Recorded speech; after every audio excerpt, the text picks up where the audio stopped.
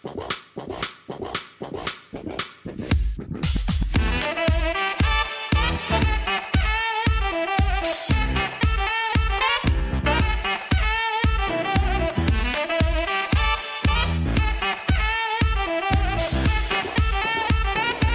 is up, fam? It's your boy, Bentwan. Welcome to Bentwan's Block. This week, we have a really, really cool read-through. This is about the Synthetix project. This is a project that has been around the DeFi space for a while. They have shifted gears. They've molded. They've changed from what they originally started out as. Now they are known as Synthetix, and it is one of the biggest projects inside of the DeFi space. I wanted to dive into this to really get a good understanding of what they're up to and where they're going. So I'm going to bring this to you today, hopefully unpackage some things and help you learn about what they're doing and what kind of impacts they will have moving forward in the DeFi space, crypto space, and the world as a whole. If you have not liked, subscribed, please make sure to go do that. I'm on Twitter, I'm on YouTube, I'm on Instagram, Bentwan27 and Bentwan's Block, and I'm on Rarible. Your boy Bentwan is all over Rarible. We're making art left and right. So if you like my stuff, go place a bid. But let's get right into this. What is Synthetix? Synthetix allows users to bet on crypto assets, stocks, currencies, precious metals, and other assets in the form of ERC20 tokens. So let's give you some of the quick spark notes here to start you out. So in brief, Synthetix is a token trading platform built on Ethereum. It allows the creation of real assets like stocks and shares to be bought and traded using crypto. Synthetix started out as a stable coin before pivoting to DeFi. The trading of stocks, currencies, commodities, and other assets are still dominated by the likes of Wall Street, London, Hong Kong, and other traditional financial centers. Synthetix wants to bring that toolkit over into the decentralized, global, permissionless, and 24/7 world of crypto. Love to see that. Always love to see new things being brought into the crypto world because it is a 24/7 world for those of you who don't know. It's around the clock. Doesn't matter where you are in the world, you can participate, which is kind of cool. So what is Synthetix? Synthetix allows users to bet on crypto assets, stocks, currencies, precious metals, and other assets in the form of ERC20 tokens. Synthetic assets or synths copy the price of an asset in the real world and brings it onto the Ethereum blockchain, giving that synth all the properties of an ERC20 token. Very interesting stuff. So real quick side note, this seems to me like it is a derivatives platform similar to like a Robinhood or a Charles Schwab E-Trade, where you're kind of buying derivatives. You're not actually buying the real stock. You're buying an IOU that they hold and they say you own. It seems like it's a little bit of that going on. So very interesting. They're taking some of these legacy concepts that we see in our financial system and then applying it to DeFi and blockchain, which is really cool because there's obviously a decentralized element behind all this. So holding a synth is not the same as holding an asset like we just talked about. For example, a synthetic maker token is the same price as a real maker token, but without the voting rights an actual maker token holder would have. So for those of you who are not familiar with Maker, they have a governance token like a lot of other DeFi projects. These tokens allow you to vote inside of their protocol governance. It allows you to control the direction of things depending on the weight and the amount of tokens that you own. So what they're saying is that even if you buy one of these synths, which is like an IOU, you don't actually have those voting rights. It's like owning a copy of that actual token, which is interesting because I think the article goes in later to explain it. But what is the benefit of that? Is it just kind of making sure that you're catching the price of those actual tokens and being able to exchange them in and out of the exchange here? I'm very curious to know and unpack this a little bit more. So this system allows users to bet on the price of an asset without actually holding the asset. So there you go. So that's the explanation for all of that, is that you're dipping your toes in the water without really dipping your toes in the water, which is an interesting concept. I guess it's for like less frictionless to be able to actually do that than it is to actually own the token. So you're not actually really exposed to that. Interesting concept. Like I said, this is very complex stuff, and I'm just trying to break it down to little bite-sized little chunks for you so that you understand this stuff. So who's invented Synthetix? Synthetix started as a stablecoin project called Haven and was founded by Kane Warwick, the current CEO. Synthetix is now one of the biggest projects in DeFi with over 180 million worth of SNX tokens locked up in the protocol as of December 2019. This article was written in April 2020. Even though it's a little dated, this gives a great breakdown of actually what's going on with Synthetix, where they've been, where they're going, which is why I wanted to highlight a lot of these points. So what's so special about it, you ask? Synthetix uses a multi-token infrastructure based on a system of collateral, staking, inflation, and fees. The system uses two types of tokens, the main Synthetix network token, SNX, and synthetic assets, or synths. The system is similar to MakerDAO's, where ETH is locked up to create DAI. In Synthetix, SNX is locked up to create SUSD, synthetic USD. The SUSD acts as debt, while SNX acts as the collateral. So let's unpackage this a little bit more. This last sentence here in this paragraph in the red, you'll see it says the main difference between Synthetix and MakerDAO is SNX is staked as collateral to potentially create any synthetic asset, not just SUSD. So let's rewind here. So what MakerDAO does is they take ETH, they lock it up in their protocol, and they're able to create DAI, which is a stable coin pegged to the dollar. It's multi-collateral though, so there's other assets behind DAI, not just one asset like ETH. For Maker, that's kind of the particular case with that. So in Synthetix, what they're saying is SNX is locked up to create other synths.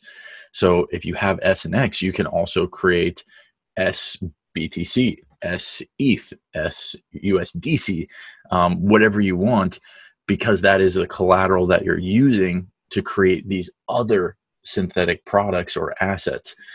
So it's saying not just one particular asset like Maker, where they're locking up ETH to create DAI. So very interesting, because it seems like a lot of these big DeFi players are targeting different segments of DeFi. Obviously, MakerDAO, is targeting kind of that DAI market, locking up ETH.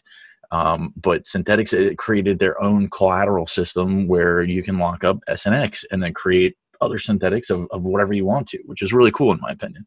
One of the core requirements of the Synthetix system is the ability to get accurate information from the outside world, such as the price of the Japanese yen and eventually the price of stocks like Tesla. To get this price information, Synthetix was previously using centralized price feeds or oracles, which were vulnerable to manipulation and exploitation. This right here is really interesting because we love decentralized stuff. That's why you get into DeFi. You want to decentralize everything, and these vulnerabilities keep happening, and these flash loan attacks seem to be happening because there's one weakness when it comes to these centralization of certain aspects. And what they were talking about is the centralization of price feeds. So if you're only getting price from one feed and there's several other feeds out there that are giving different prices, that allows opportunities to arbitrage, where you can go to one feed and claim, hey, let's just say this the DAI is worth, or the SNX is worth $1,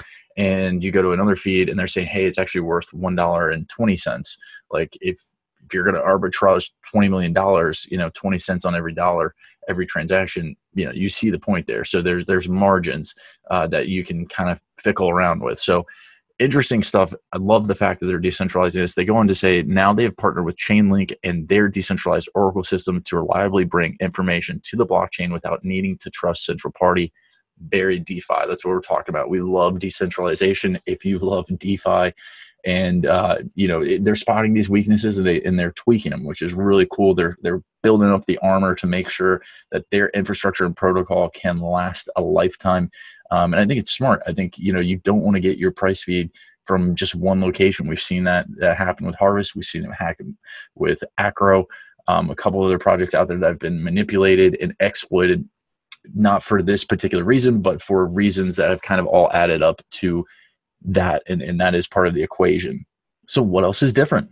Much of Synthetix's recent success has been attributed to its innovative token incentive model. SNX holders stake SNX in return for fees from the Synthetix exchange and rewards from the system's inflationary monetary policy. To create a new synth, more than 750% of the value of the synth must be staked as SNX.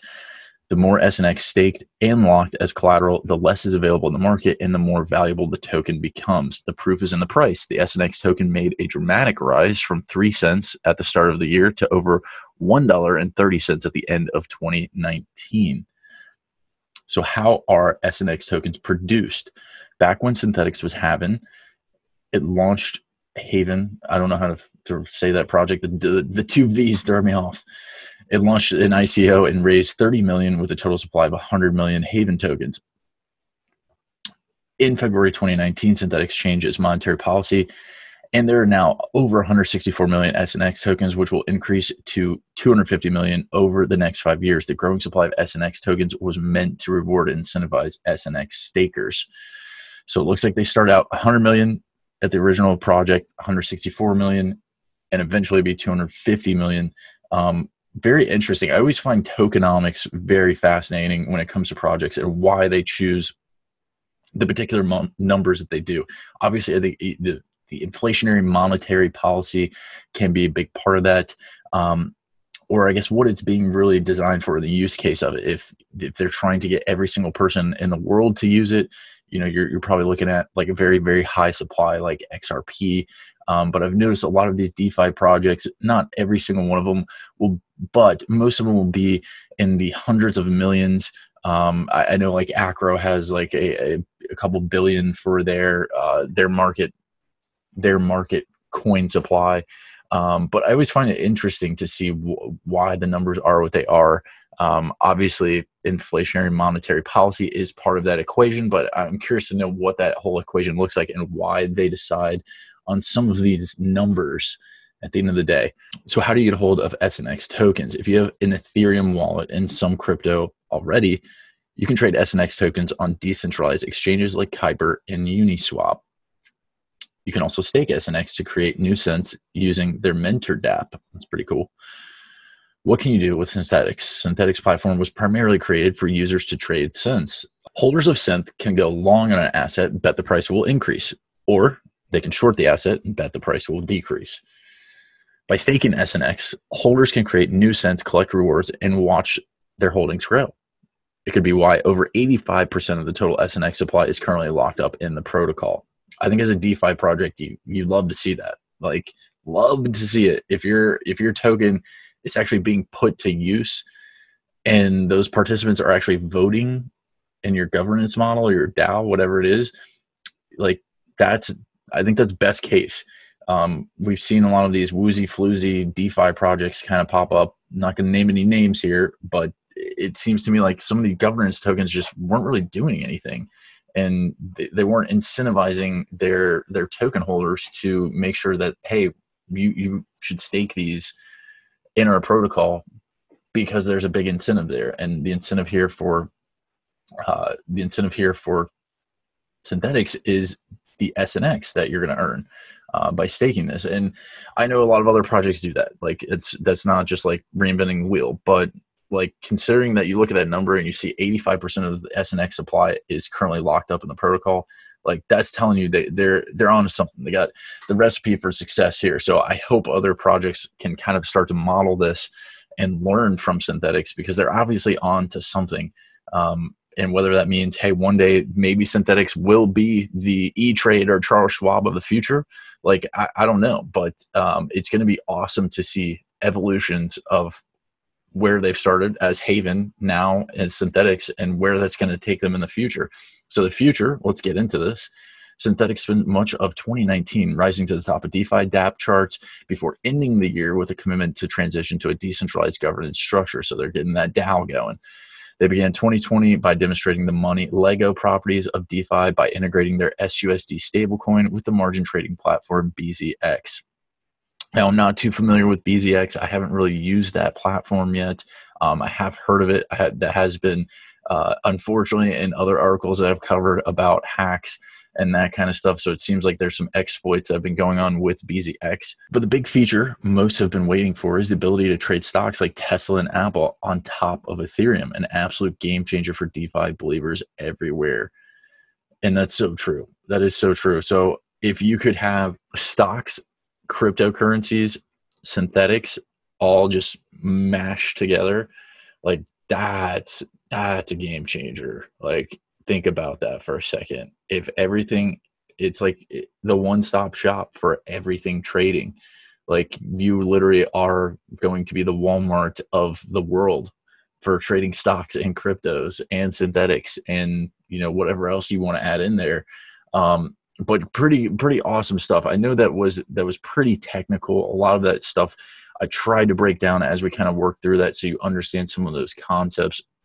But I think the biggest takeaway for me after kind of reading through this is that there's this whole new world out there, and this is just the beginning of it. And this derivatives market is really, really fascinating because of how the protocols are designed and how they're incentivizing everyone to participate inside of those protocols to continue pushing it forward. We've seen the growth here with Synthetix over the past year. Even like I said, as this article was published in April 2020, it's now November 2020. And they're probably even growing even more. So really exciting stuff. Hats off to Synthetix for what they're doing. I wish them the best of success, and I hope to see what they're doing in the future makes an awesome impact across all industries. So that was today's article read through vlog. I appreciate you guys joining for today's vlog. And if you haven't, hit that notification button and smash the like buttons. We always love that. Bentwan's block. Give me a follow. Give me a like. Love you guys. Until next time. Douches.